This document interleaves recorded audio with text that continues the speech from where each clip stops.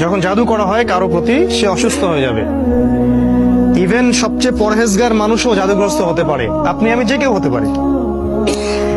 যারা ইসলামী বিধান পালন করেন না, কোরআনের সাথে সম্পর্ক কম বা নাই, হারাম রিজিকের সাথে সম্পর্ক আছে, যারা সুদ খাচ্ছেন, গান বাজনা করতেছেন, যারা বাদ্যযন্ত্রের সাথে সম্পর্কিত, যারা অশ্লীল টিভি মুভি এগুলা দেখছেন, এদের জাদুগ্রস্ত হওয়ার সম্ভাবনা 95%। একবার জাদুগ্রস্ত হয়ে গেলে তাকে রিকভার করা খুবই ডিফিকাল্ট।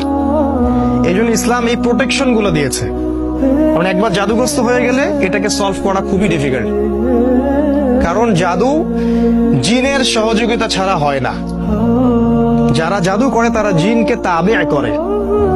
আপনারা কিন্তু কোরআন পড়লে দেখবেন আল্লাহ পাক বলেছেন জাহান্নামের ইন্ধন হবে মানুষ আর জিন, যারা একে অপরকে সহযোগিতা করত। আজ পর্যন্ত কিছু মানুষ আছে এই পৃথিবীতে, আপনার আশপাশেও, যারা জিনের সহযোগিতা নিয়ে বিভিন্ন কুফরি কালাম তন্ত্র মন্ত্র করে। এবং গ্রামাঞ্চলে এটার প্রচলন অনেক বেশি, ঠিক আছে? ইভেন এখন শহরেও এগুলো ঢুকে পড়ছে। প্রেমের জোড়া দেওয়ার জন্য, বাড়ির বরকতের জন্য, স্বামী স্ত্রীর সম্পর্ক উন্নয়নের জন্য বিভিন্ন কাজে এগুলো করা হচ্ছে। এবং আমাদের দেশে কবিরাজের সংখ্যা তো অভাব নাই। আর যেহেতু এগুলো সম্পর্কে আমরা জানি কম, আমরা কিছু হইলেই ওদের কাছে দৌড়াই। এই সুযোগটা ওরা আমাদের কাছ থেকে নেয়, নিয়ে সে এদিক থেকেও টাকা খায়, ওদিক থেকেও টাকা খায়। শয়তান, এক কথায় শয়তানের চেলাপেলা এগুলা। তো আল্লাহ রসুলকে ইহুদিরা জাদু করেছিল, এবং আপনারা জানেন কিনা যে ইহুদিরা তাকে হত্যা করার চেষ্টা করেছিল, তার খাবারের মধ্যে বিষও দিয়েছিল।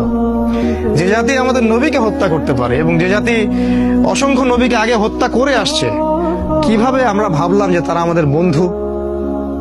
অথচ আল্লাহ কোরআনে বলছেন তারা কখনো তোমাদের কল্যাণ চায় না।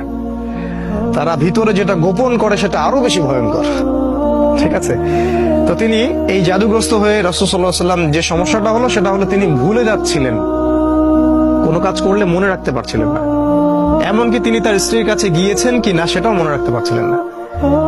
তো জাদুগ্রস্ত হলে খুব খারাপ অবস্থা হয়। এই জন্য আমার রিকোয়েস্ট থাকবে যে আপনারা অনতিবিলম্বে কোরআন, সুন্নাহ, সহিহ জিকির, আজগার, দোয়া, কালাম এগুলো শিখে নেবেন এবং সকাল সন্ধ্যা এগুলো প্র্যাকটিস করুন। তখন ইনশাআল্লাহ কোনো জিন বা কোনো জাদুকর আপনার কোনো ক্ষতি করতে পারবেন।